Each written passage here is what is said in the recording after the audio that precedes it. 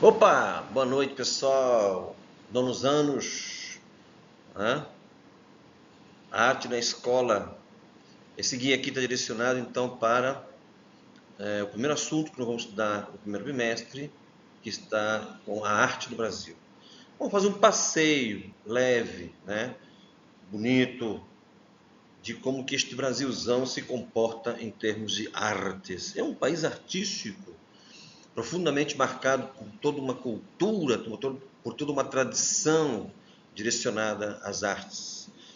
Reconhecido internacionalmente como um país voltado para as artes dos povos tradicionais, as artes regionais, a arte moderna, a arte contemporânea, as inovações arquitetônicas, né? Você encontra os artistas de rua, tem toda uma tradição do circo, né?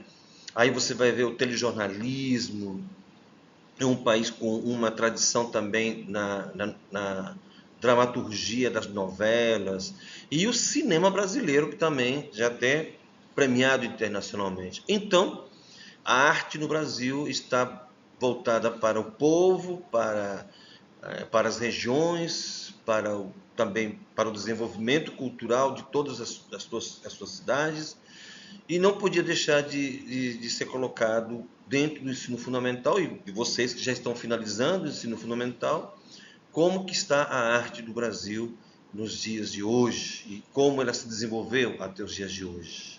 Então vamos fazer esse passeio e até o final do ano a gente vai explorar muito, né? Vamos nos aprofundar muito nos debates e nas questões relacionadas às artes do Brasil.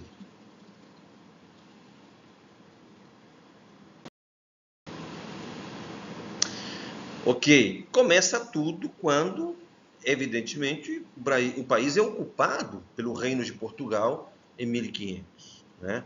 Através da organização do Império Português, do Reino de Portugal, da coroa portuguesa, em 1500, né? Quando então se apossa do território conhecido até então como a terra de Veracruz, né?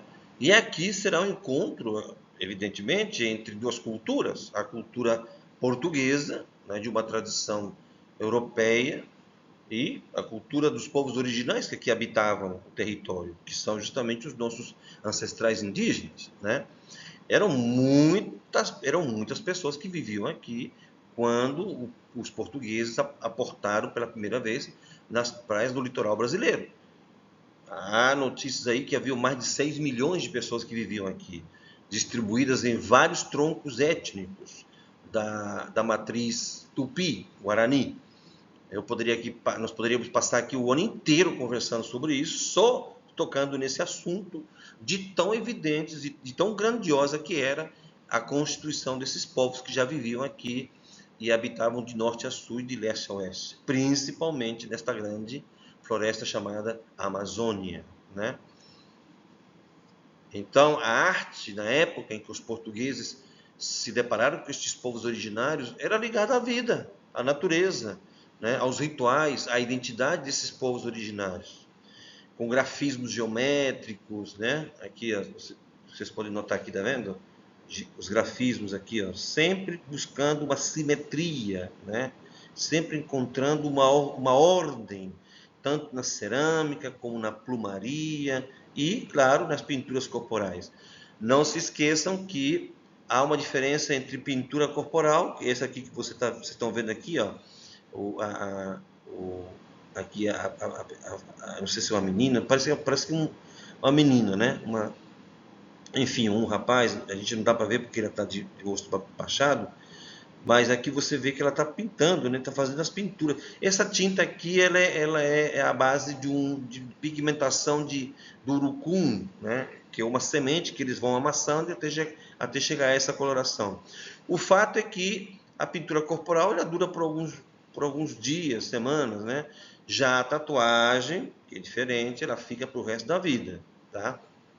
Então aqui não há destaque para artistas indígenas, não haviam artistas, né, da natureza desses povos originários. A arte era coletiva, era produzida no meio do povo, produzida no meio do coletivo, no meio da tribo, né?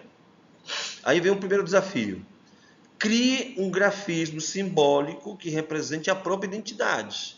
O nome, família, sonhos. Lembre-se que valerá nota só se você me entregar numa folha A4. Professor, mas eu posso fazer no caderno? Pode, você pode fazer no caderno. Você vai fazer um esboço no caderno, você pode até me mostrar.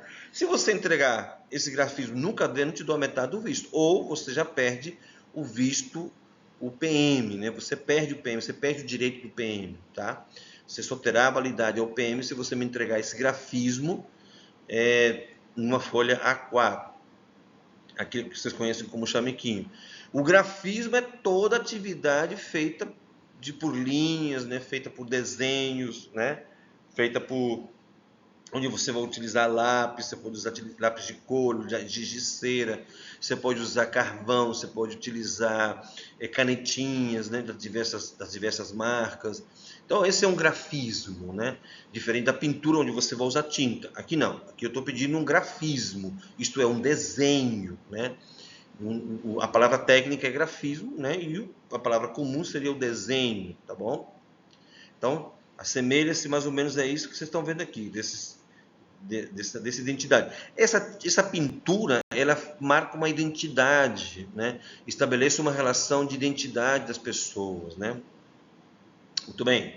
Então, vamos avançando com a história. A história e a arte andam juntas, hein? E aí chegamos então à colônia, quer dizer, o Brasil já se torna colônia, à medida que a coroa portuguesa toma posse deste território, né, chamado já Brasil, devido à extração da seiva que saía daquela árvore, né, o pau-brasil.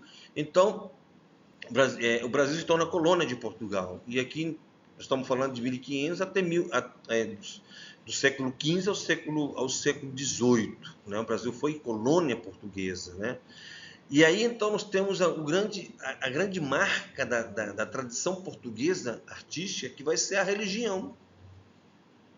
Né? É um período chamado de barroco. Quer dizer, Portugal traz o barroco até o Brasil.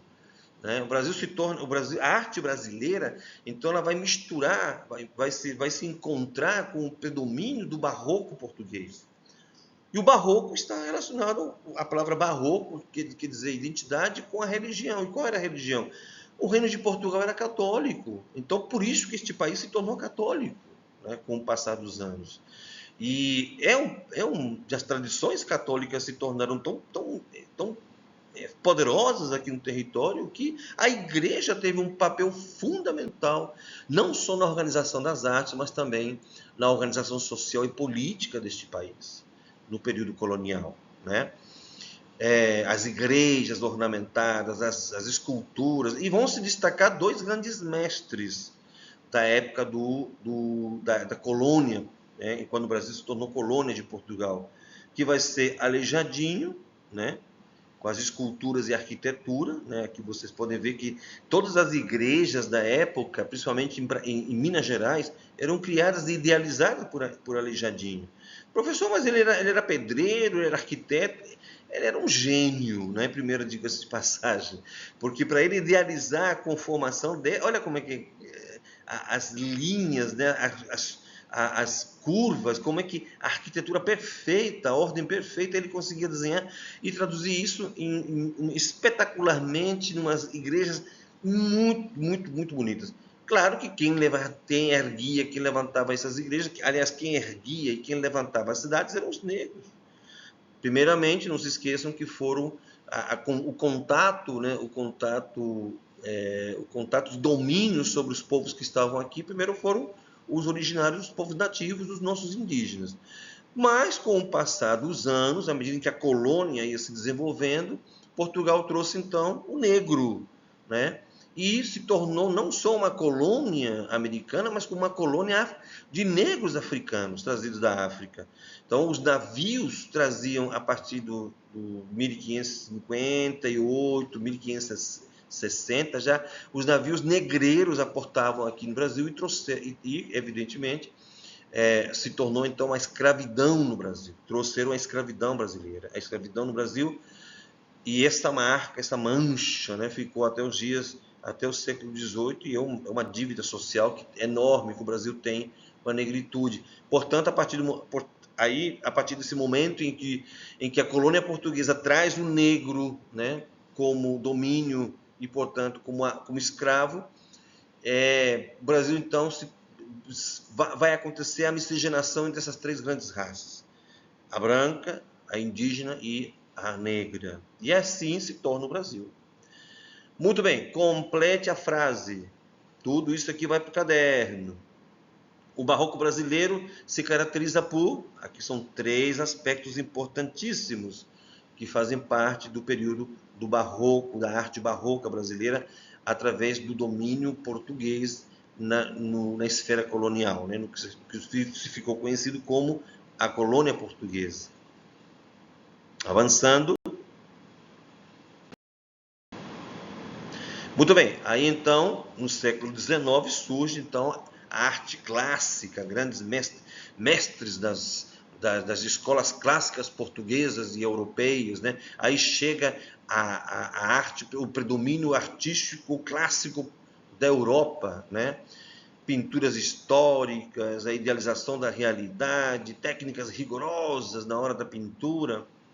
Aí vão se destacar dois grandes mestres das pinturas, né, das telas gigantescas dos murais, né? Essas duas pinturas aqui, ó, vocês vão encontrar lá em Brasília, no Congresso Nacional, inclusive. O Victor Meirelles, né? Inclusive, ele retrata a primeira missa, né?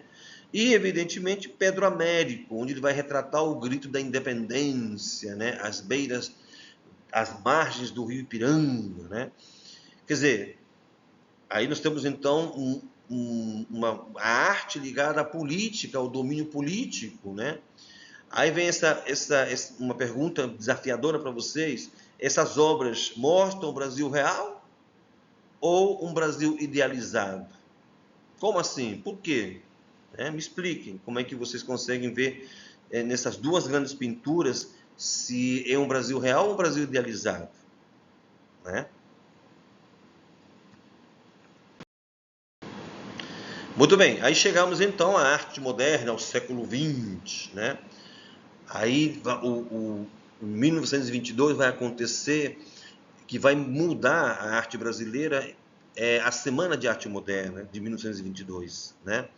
Onde acontece o rompimento com os padrões do passado, os padrões coloniais, os padrões de predomínio do classicismo português, e vai começar a surgir uma identidade de uma arte genuinamente brasileira, com mestres, com pintores, escultores e artistas ligados à natividade, à ideia de uma identidade própria para a arte brasileira.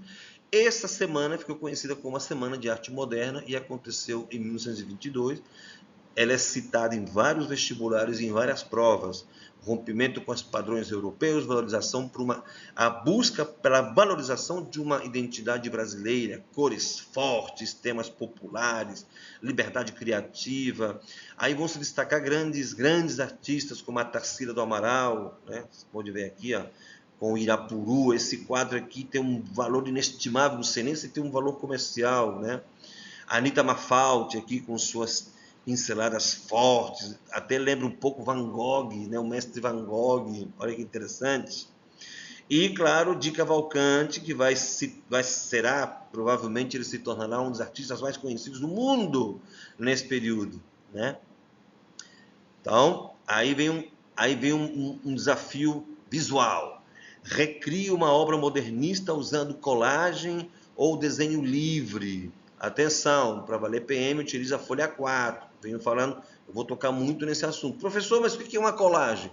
Você vai recortando pedacinhos pequenininhos de papel, ou de tecido, ou mesmo de linha, ou lã, e vai fazendo, e você cola nessa folha e você cria uma imagem com esses elementos, né? Você vai utilizando cola, papel, glitter, né? Os meninos costumam usar muito, as meninas principalmente costumam usar muito pedacinhos de recortes de VA, surgem cenas aliás, imagens muito bonitas, né? Muito interessantes. Faça isso na folha 4. Professor, não tem esse material. Sim, mas Você pode se juntar com uma colega, você pode se juntar com um colega, palitos de picolé, você pode juntar palitos de fósforo, você pode recortar aquelas cabecinhas de palito de fósforo e vão juntando até formar uma imagem. Você pode pegar revistas usadas, livros usados que não estão mais sendo lidos, né? Ou então já prontos para ser jogado fora. Vários materiais vocês podem usar para fazer essas colagens, tá? Sejam criativos, criativas, meninas, meninos. Bom, vamos finalizando então. Chegamos então à arte contemporânea, que é a arte dos nossos dias. Mais uma vez, repito, vamos nos aprofundar com o tempo, vamos nos aprofundar em vários sentidos, em vários temas, tá? É a arte crítica, né? É a reflexão, a experimentação hoje. Então, por isso estou dizendo que o Brasil hoje tem uma produção artística muito inovadora, reconhecida inclusive no mundo todo. Instalações são esses grandes monumentos, essas grandes construções, como é o caso aqui do Hélio Oiticica, né? Que cada escultura que ele faz é enorme. A Lydia Clark, né? Olha aqui, o cubista, né? Uma grande artista cubista, ela teve como grande inspiração Pablo Picasso, né? E temos o Vic Muniz, né? O Vic Muniz, onde ele faz ele utiliza muitos elementos diferenciados para fazer suas telas, né? Missão, outra. Crie uma obra com materiais do cotidiano, tampinhas, glitter, papéis coloridos, garrafa PET, CDs usados, e monte então uma obra aí. Então são duas obras que vocês vão criar. Primeiro, o recorte, né?